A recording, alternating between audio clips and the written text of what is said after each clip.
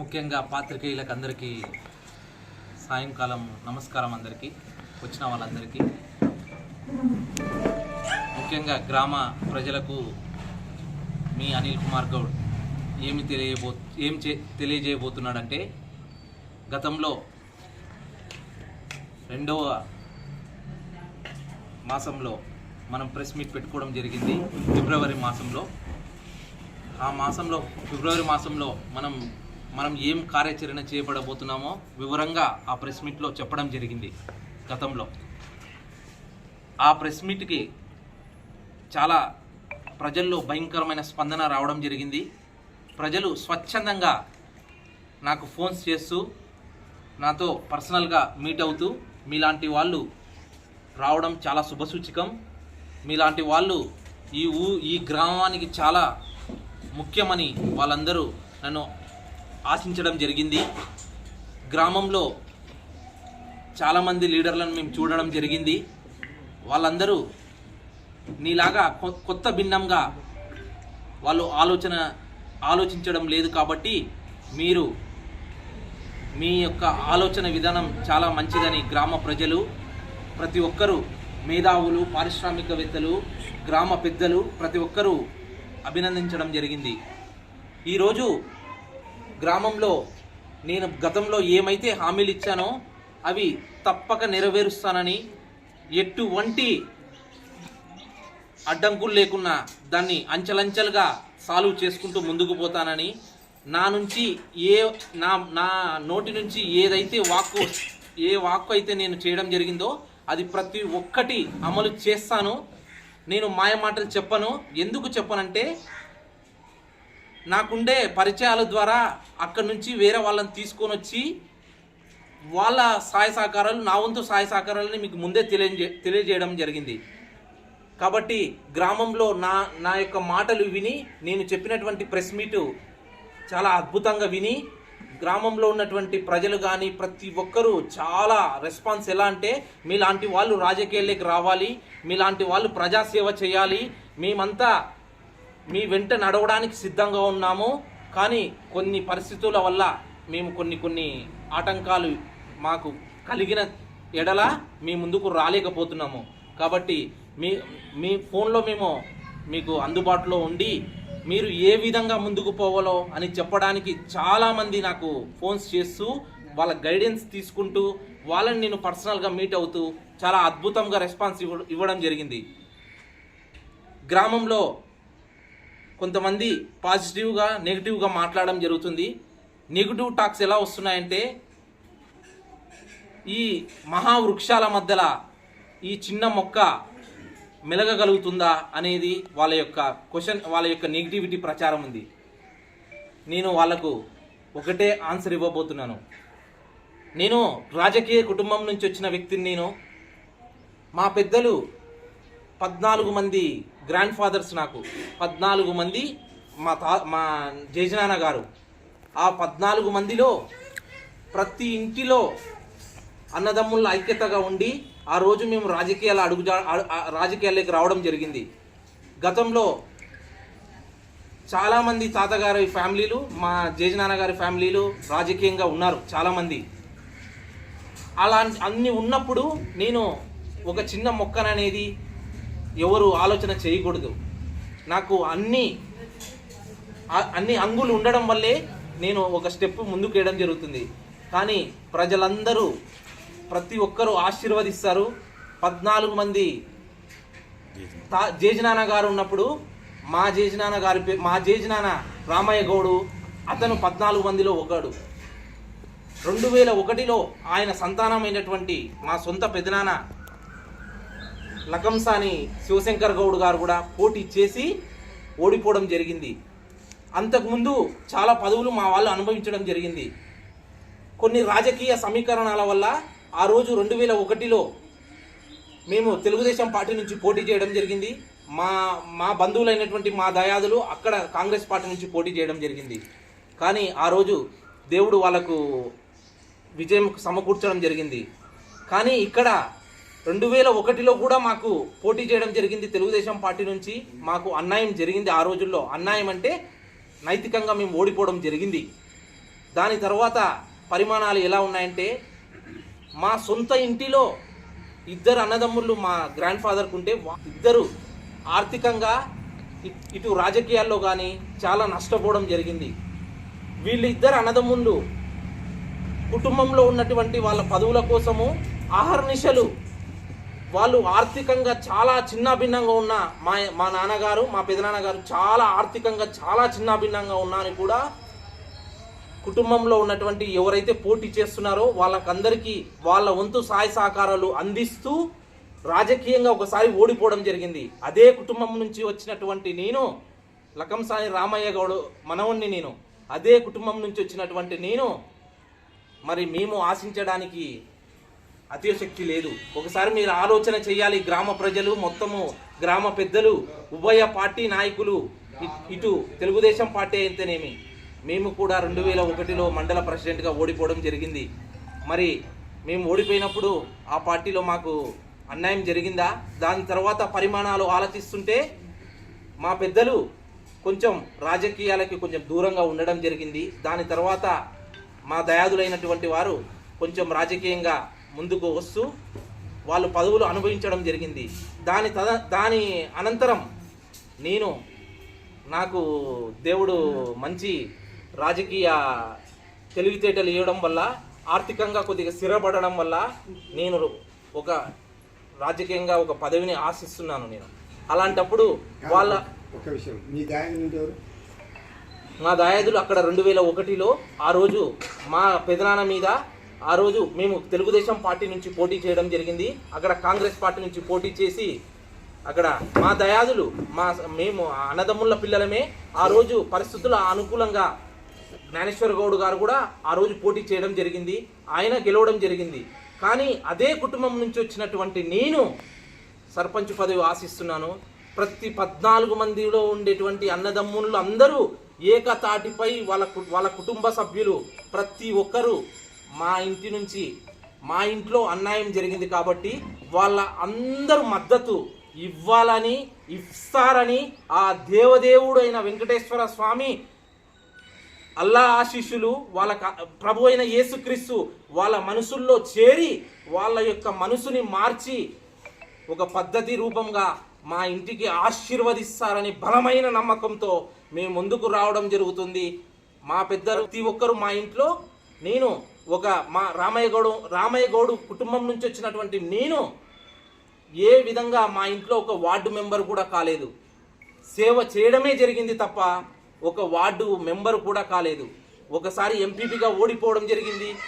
అలాంటప్పుడు నేను ఆశిస్తున్నప్పుడు వాళ్ళందరూ మనసు మార్చుకొని నన్ను ఆశీర్వదిస్తారని బలమైన నమ్మకంతో ఉన్నాను.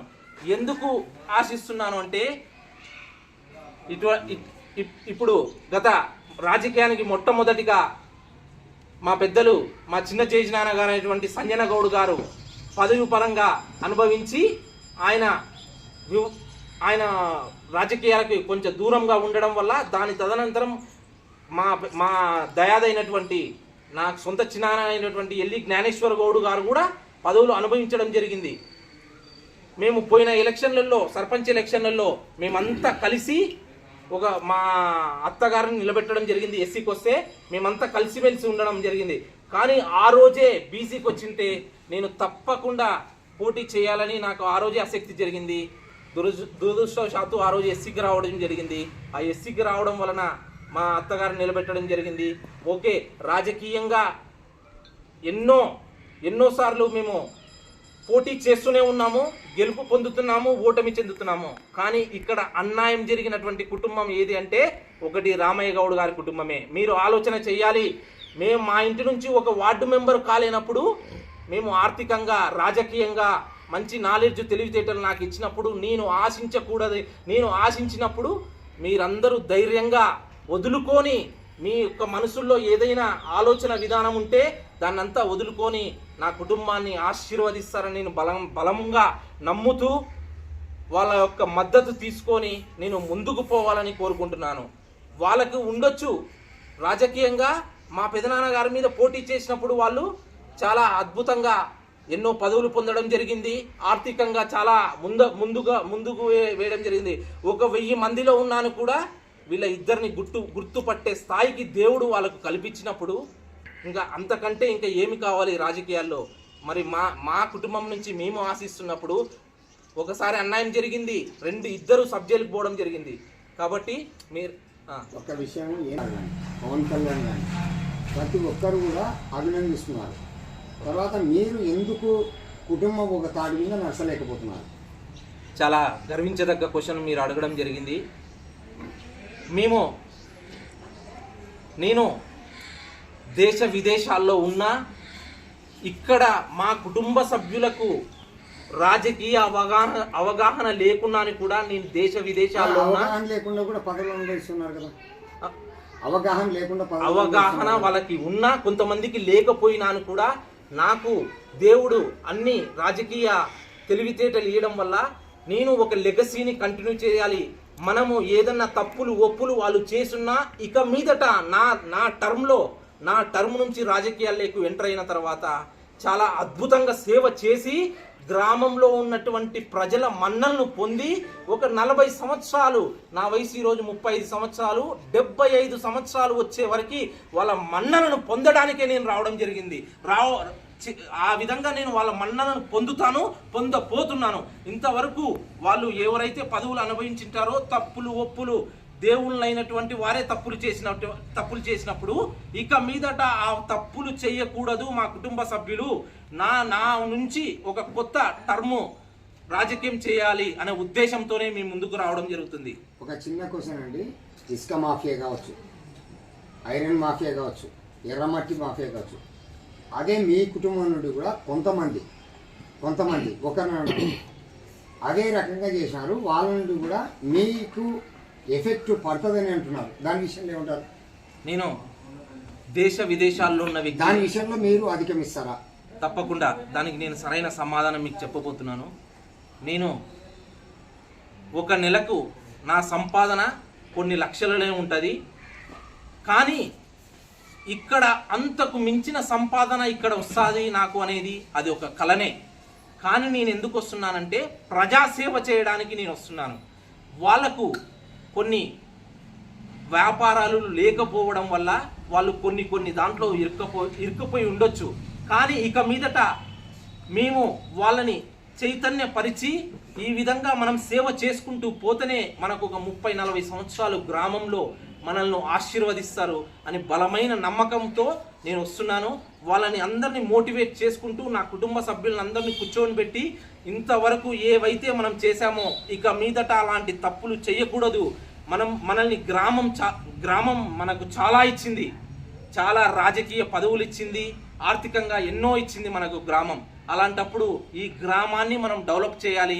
ఈ గ్రామంలో ఉన్నటువంటి ప్రజలను మనం మన్నలను పొందాలి అనే ఉద్దేశంతోనే వస్తున్న గ్రామంలో ఈరోజు నేను పొద్దున్నే మార్నింగ్ వాక్కి వెళ్తుంటే స్వచ్ఛందంగా ప్రజలు ముందుకొస్తున్నారు.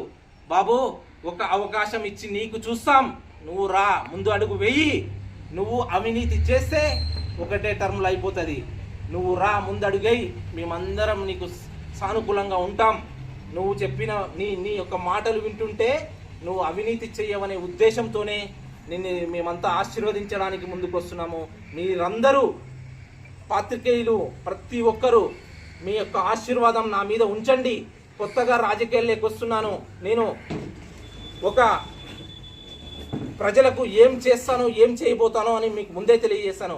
ఒక మేనిఫెస్టో రిలీజ్ చేసి ఆ ప్రజలకు 1 by 1గా అమలు చేసుకుంటూ తప్పకుండా నెరవేరుస్తాను. దాంట్లో ఒక్కసారి నేను మాయ మాటలు చెప్పగలుగుతా, దాని తర్వాత నా భవిష్యత్తు అంధకారంలో అయిపోతుంది, రాజకీయ భవిష్యత్తు. కాబట్టి మీరందరూ పాత్రికేయులు కూడా నన్ను ఎంకరేజ్ చేసి నా యొక్క మెసేజ్ని మీరు బలంగా ప్రజలకు చేకూరుస్తారని, మీరు ఎక్కడైతే మీ కుటుంబ సభ్యుల్లో ఎవరైతే ఉన్నారో మీరు కూడా ఒక అడుగు ముందుకేసి నన్ను బలం చేకూరుస్తారని నేను బలమైన నమ్మకంతో అడుగేస్తున్నాను. మీ అందరి ఆశీర్వాదం ఉండాలి. ఇంకోటండి, ఇప్పుడు మీరు ఎన్ని చెప్తున్నారు, గతంలో ఈ వెల్దుర్తి పంచాయతీలో రోడ్డు రివైండింగ్ కావచ్చు, లేకుంటే వారి యొక్క పరిజ్ఞానం ఇక్కడే ఉండడం వల్ల, వాళ్ళ యొక్క వ్యాపారాలు ఇక్కడే ఉండడం వల్ల, వాళ్ళ యొక్క ఆర్థికంగా ఇన్కమ్ లేకపోవడం వల్ల వాళ్ళు ఇక్కడే కొట్టుమిట్లాడుతూ ఉండిండొచ్చు ఇంతవరకు. కానీ ఇక మీదట అలాంటి ఉండపోవు. కాబట్టే నేను స్వచ్ఛందంగా కొన్ని లక్షల ఇన్కమ్ ఉన్నా అని కూడా ప్రజాసేవ చేయడానికి ముందుకొస్తున్నాను. ఈ ఊరికొచ్చి 1 లక్ష రూపాయలు సంపాదించగలుగుతామా రాజకీయంగా? అవినీతి చేస్తేనే సంపాదించాలా రాజకీయంగా 1 లక్ష రూపాయలు. కానీ ఈరోజు నా ఒక నెల ఆదాయం లక్షల్లో ఉన్నప్పుడు అవన్నీ వదులుకొని నేను ఎందుకు వస్తున్నానంటే సేవ చేయాలి, ప్రజాసేవ చేయాలి, ప్రజల్లో ఒక అవేర్నెస్ తీసుకురావాలి. మన యొక్క కుటుంబాలకు చాలా ఇచ్చినారు ప్రజలు, మనం తిరిగి వాళ్ళకి ఇవ్వాలి, ప్రజల్లో చైతన్యం తీసుకురావాలి.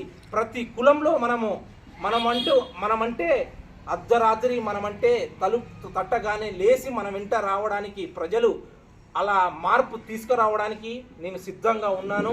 వాళ్ళందరూ వస్తున్నారు, రాబోతున్నారు. ఎటువంటి అతిశక్తి లేదు. ఈరోజు ఇంకోటండి, పేద ప్రజలు వెల్దుర్తి పంచాయతీలు అనేక రకాలైనటువంటి సమస్యలతో కొట్టుమిట్టాడుతున్నారు. ఏంటంటే ఒక చిన్న బంకు పెట్టుకోవాలంటే కూడా పంచాయతీ పర్మిషన్, ఇంకో పర్మిషన్, లేకుంటే ఇప్పుడు నేనే ఒక మగలివాడిని అనుకోండి, ఒక బార్బర్ షాప్ పెట్టుకోవాలనుకున్నప్పుడు దానికి డబ్బులు కట్టాలి. దాన్ని మీరు ఏదో పార్టీ నుండి గెలుస్తారు, పై నుండి ఒత్తిడి వస్తుంది ఎమ్మెల్యే గారి నుండి, దాన్ని ఏ రకంగా అధిగమిస్తారు? నేను మీకు ముందే తెలియజేశాను, ప్రజలకు ఏమైతే అట్లా కాదు నేను చెప్పేది నా కోసం కష్టపడి, నా కోసం ఆర్నిచలు కష్టపడి ఓట్లు వేసినటువంటి ప్రజలకు నేను ముందుండి వాళ్ళ వెంటే ఉంటాను. కానీ పైనుంచి వచ్చే ఒత్తిడి వస్తే కూడా వాళ్ళ యొక్క మనసుని పదవి కూడా త్యాగం చేస్తారా? నా కోసం ఓట్లు వేసిన ప్రజల కోసం నేను నాకు పదవి అనేది నథింగ్. ఈ రోజు నేను రాజకీయాల్లోకి ఎందుకు వస్తున్నాను, నాకు పదవి ఎందుకు కావాలి అంటే స్వచ్ఛంద కార్యక్రమాలు కొన్ని చేయగలుగుతాం. కానీ ఈరోజు ఒక పదవి అని మనకుంటే చాలా అద్భుతమైన కార్యక్రమాలు చేయగలుగుతాం కాబట్టి రాజకీయాల్లోకి వస్తున్నాము. కాబట్టి అలాంటి పదవి అనేది నథింగ్. నాకు సేవ చేయాలి. మా పెద్దలు ఇంత ముందుకు తప్పులు ఒప్పులు చేస్తున్నా ఇక మీదట అవి చెయ్యకూడదు అనేసి నేను నా యొక్క పిల్లలు పుట్టినటువంటి నా కుటుంబ సభ్యుల మీద ప్రమాణం చేసి చెప్తున్నాను. మీరందరూ ఆశీర్వదించబోతున్నారని నేను బలమైన నమ్మకంతో ఉన్నా. మీరందరూ ఆశీర్వదించాలని కోరుకుంటూ సెలవు తీసుకుంటున్నాను. చెప్తున్నారు కదా, ఎలా చర్చించుకుంటున్నారంటే కొన్ని పార్టీల్లో మాకు అభయం ఇచ్చినారని కొంతమంది చెప్పుకుంటున్నారు. కానీ ప్రజలు డిసైడ్ చేస్తారు. ప్రజలు అనే వ్యక్తులు, ఓటర్లు నాలాంటి వాళ్ళను మీరు ఈ పార్టీ నుంచి పోటీ చేయండి అని వాళ్ళందరూ మూకుమ్మడిగా ఆశీర్వదిస్తే తప్పకుండా వాళ్ళ అనుసరంగా మేము ఏ పార్టీ మంచిదైతే వాళ్ళందరూ ఆశీర్వదిస్తే అదే పార్టీ నుంచి పోటీ చేయడానికి సిద్ధంగా ఉన్నా. ప్రజలనే వ్యక్తులే కదా ఓట్లేసేది. కానీ పోయిన ఇంటర్వ్యూలో మీరు ఒక మాట చెప్పినారు, కే కృష్ణమూర్తి గారు మా కుటుంబాల నుండి వాళ్ళ ఆశీర్వాదం ఉంటే అదే పార్టీ నుండి మేము పోటీ చేస్తామని మీరు అన్నారు. దీనికి ఏం చెప్తారు సమాధానం? నేను ఒక ఎన్ఆర్ఐని నేను ఒక ఎన్ఆర్ఐలని ముఖ్యంగా ఉభయ పార్టీలు ప్రోత్సహిస్తున్నాయి. ఎందుకు ఎన్ఆర్ఐలను రావాలని ఎందుకు అడుగుతున్నారు అంటే ఎన్ఆర్ఐలు అనేది ఒక అవినీతి చేయని వ్యక్తులు. ఎన్ఆర్ఐలు లక్షల ఆదాయాలని వదులుకొని రాజకీయాల్లోకి రావాలి అంటే ఎన్ఆర్ఐలతోనే సాధ్యమవుతుంది. ఒక ఎన్ఆర్ఐలు అనేది వాళ్ళ యొక్క టెక్నాలజీ పరంగా, ఆర్థికంగా, నాలెడ్జ్ పరంగా, సేవా పరంగా ప్రతి ఒక్క దాంట్లో ఎన్ఆర్ఐలు ముందుంటారనే ఉద్దేశంతోనే ఇరు పార్టీలు ఎన్ఆర్ఐలను స్వాగతిస్తున్నప్పుడు మమ్మల్ని ప్రతి ఒక్క పార్టీ నన్ను ఆశీర్వదిస్తుందని నేను బలమైన నమ్మకంతో ఉన్నా. ఎవరైనా గతంలో కే కృష్ణమూర్తి గారు ఆదేశం ఉంటే నేను పోటీ చేస్తాను. ఇప్పుడు మీరు ఏ పార్టీ ఆశీర్వదిస్తే వస్తారు రాజకీయాల్లోకి? తప్పకుండా ఇప్పుడు ఉన్నటువంటి ఎమ్మెల్యే గారు కూడా నన్ను ఆశీర్వదిస్తున్నారు. ఎందుకంటే వాళ్లకు మంచి పేరు రావడానికే చూస్తారు. అధికార పార్టీలో ఉండే వాళ్ళకి అధికార పార్టీ ప్రజెంట్ ఉంది. వాళ్ళు ఏ కుటుంబానికి పదవిస్తే ఆ కుటుంబం వల్ల మనకు మంచి జరగబోతుంది అనేసి ఎమ్మెల్యే గారు కూడా డిస్కషన్లో ఉన్నారు. నాకు తెలిసినంత ప్రాథమిక అంచనా ప్రకారము, సమాచారం ప్రకారము ఎమ్మెల్యే గారు కూడా మాకే ఇవ్వబోతున్నారని బలమైన సంకేతాలు నాకు వినిపించాయి. నాకుండే శ్రేయాభిలాషులు నాకు చెప్పడం జరిగింది. వాళ్ళ ఆశీర్వాదంతోనే మా ఇంటి నుంచి నామినేషన్ వేయబోతున్నాము. తప్పకుండా ఆశీర్వదించబోతున్నారు. మీ కుటుంబంలో ఏమన్నా ఆపోజిట్గా ఏమన్నా పోటీ చేసేటుంటుంది? మా కుటుంబ సభ్యులు, నేను ముందే తెలియజేశాను మీకు, చాలా నష్టపోయిన కుటుంబం ఏది అంటే మా కుటుంబమే. ఒకసారి మండల ప్రెసిడెంట్గా ఓడిపోవడం జరిగింది. మా తండ్రి 14 మంది గ్రాండ్ ఫాదర్స్లో ఉండే వాళ్ళకందరికీ సేవ చేయడం జరిగింది. ఒక వార్డు మెంబరు కూడా కాలేదు నా కుటుంబము. ఈరోజు నేను ఆశిస్తున్నప్పుడు వాళ్ళు స్వచ్ఛందంగా, మనసులో ఎటువంటి ఆలోచన లేకున్నా, వాళ్ళు ధారాళంగా నేను అడగకపోయినా నా ప్రెస్ మీట్ చూసి నీకే నా మద్దతు అని వాళ్ళు మీ ద్వారా, పాత్రికేయుల ద్వారా సమాచారం అందించాలి. ఎందుకంటే నష్టపోయిన కుటుంబం ఇక్కడ ఒకసారి మళ్ళీ అడుగుతున్నారు, వాళ్ళు సర్వీస్ చేయడానికి ముందుకు వస్తున్నారు. కాబట్టి వాళ్ళ మనసుని ఆ భగవంతుడు, దేవదేవుడు మారుస్తాడని నాకు బలమైన నమ్మకం ఉంది. మార్చబోతున్నాడు ఆ దేవదేవుడు. వాళ్ళందరూ మా మనసు మార్చుకొని నన్ను ఎంపిక చేస్తారని బలమైన ఉద్దేశంతో ఉన్నా. నా ఇరు పార్టీలు సపోర్ట్ చేయకపోయినా మీరు ఇండిపెండెంట్గా నిలబడడానికైనా సిద్ధంగా ఉన్నారా? ఇరు పార్టీలు ప్రత్యేకంగా ఇప్పుడున్నటువంటి గవర్నమెంట్ మాలాంటి వాళ్ళను రావాలని ప్రోత్సహిస్తున్నప్పుడు, హైకమాండే ఒప్పుకుంటున్నప్పుడు నేను ఎందుకు ఇండిపెండెంట్గా పోటీ చేయాలి? ఎమ్మెల్యే గారు ఒప్పుకుంటున్నారు. పైనుంచి హైకమాండ్ నుంచి ఎన్ఆర్ఐలు వస్తున్నప్పుడు తప్పకుండా వాళ్ళకి టికెట్ ఇవ్వండి అయ్యా, వాళ్ళు సమాజ సేవ చేయడానికి ముందుకు వస్తున్నారు. అంత హైకమాండ్ నుంచి ఇంత ఆర్డర్ ఉన్నప్పుడు గౌరవ ఎమ్మెల్యే గారు తప్పకుండా నన్ను ఆశీర్వదిస్తున్నారు. వాళ్ళకు మంచి పేరు చేయబోతున్నా, వాళ్ళకు పూల పానుపు వేసి మంచి అభివృద్ధి పరంగా ముందుకు తీసుకుపోతున్న వెల్దుర్తిని, సస్యశ్యామలం చేయబోతున్న వెల్దుర్తిని ఆదర్శ వెల్దుర్తిగా తీసుకుపోవడానికి ఒక ప్రణాళికతో ముందుకు వస్తున్నా. ఆ ప్రణాళిక సక్సెస్ అవుతుందని ఆ దేవదేవుడిని కోరుకుంటూ సెలవు తీసుకుంటున్నా.